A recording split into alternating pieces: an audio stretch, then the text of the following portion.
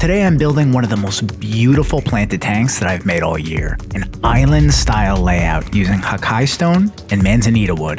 The vision was to showcase a cornucopia of different colored plants. It's home to a beautiful school of bright tetras and some stunning gourami. This kind of scape looks complicated in its grown-in mature form, but once you see the step-by-step build, it's actually one of the most beginner-friendly layouts that you can achieve. So if you enjoy build tutorials like this, make sure to like the video, subscribe to the channel, and hit the bell so you don't miss future uploads. Let's get started with the step-by-step build. I'm building all of this in a UNS 60U. This is a 20-gallon rimless aquarium that I consider the ideal entry point for anyone diving into aquascaping. I start out with the hardscaping process. This is the backbone and foundation of any layout. Hakkai Stone is one of my favorite rocks to work with because of its smooth texture, deep grooves, and that unique color that gives it a natural weathered look. If you're scaping along at home, you can substitute just about any stone you can get your hands on to make this type of layout work, but I'd personally suggest a rounded river type stone. The stone layout not only forms our visual foundation, but it's also going to keep the AQUASOIL neatly locked into the center to support the plant growth.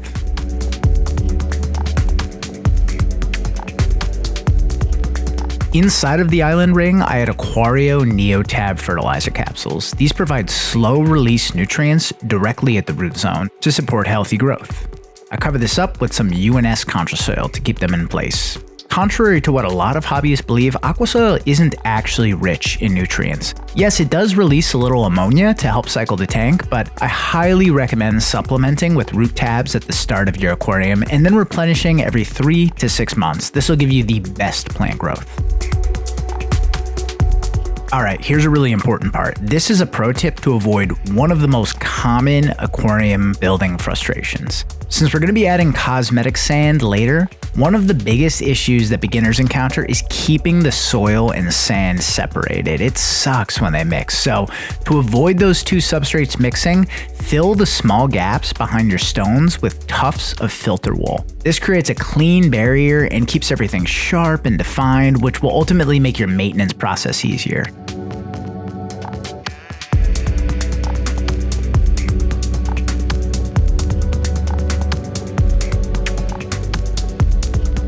So with all of that meticulously in place, I add a bit more Controsoil and then brush it into shape.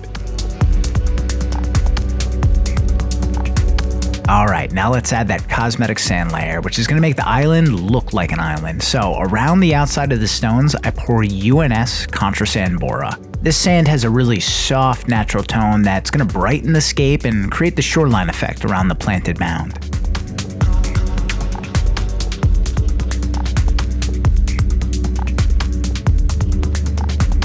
Next in is the wood. I'm using Manzanita, which has smooth branching lines and breaks in easily without leaching too many tannins. This variety I'm using is sandblasted, so it looks super light right now, but in a few weeks' time it'll darken up very naturally. Manzanita for me is the perfect choice for adding height and some visual movement without feeling too heavy or broad. I set the branches at alternating angles, working the corners of the tank to frame the island without stealing too much space from the plants. So I usually plant dry, but because I'm working with a lot of taller, flowy plants today, I decided to fill the tank a bit to aid me in the visualization process. This is going to help me judge how the plants will kind of sit vertically in the water once taller and fully grown in. Alright, let's start the planting. So toward the foreground, I plant Belixa japonica. This grows into a dense, grassy rosette with really beautiful flowing blades. And then on the left and right sides, I use red tiger lotus, a really hardy bulb plant that's known for its broad, striking red leaves and really cool tiger-like pattern. The leaves can float up to the surface and even flower with the right conditions. And then between the stones goes Hydrocotyle tripartita mini. This plant has a really small leaf that kind of creeps around with a clover-like shape, and it spreads out pretty quickly and is really good for filling empty pockets with that bright green hue.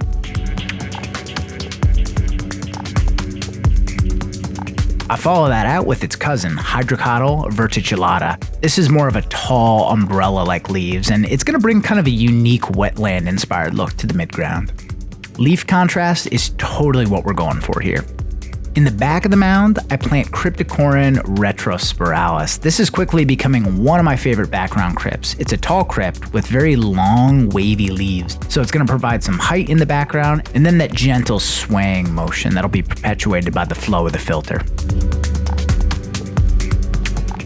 To fill the midground and background in a bit, I had several Echinodorus species, including a really beautiful variety, Echinodorus Blairi Ruby Red. This is a really robust sword plant that produces large red-colored leaves, and it's going to anchor things visually and provide a little bit of a highlight.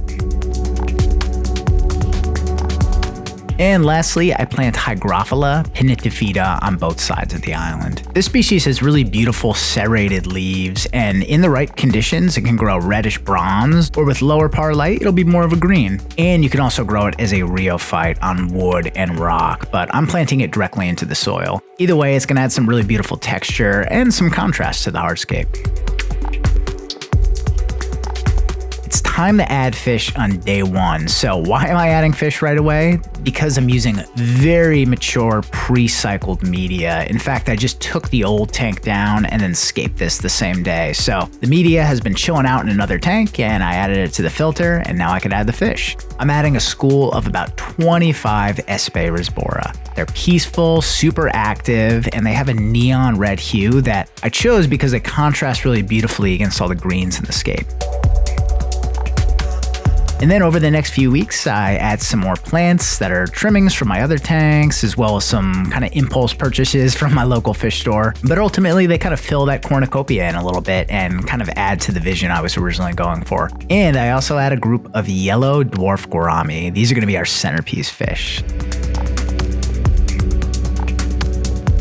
So over the weeks, this tank has been an absolute joy to watch. It's super simple, but also high impact. And seeing the cornucopia of plants fill in over the weeks and watching the fish interact with the island structure has just been exactly what I look for in a home aquarium. So if you enjoyed this build, please like the video, subscribe to the channel, and hit the bell. And also, I want to let you know, I am totally open to adding more peaceful fish to the layout. So let me know down below in the comments what other species would complement this aquascape really well. Thanks for watching. I'll catch you guys and gals next time. Bye-bye.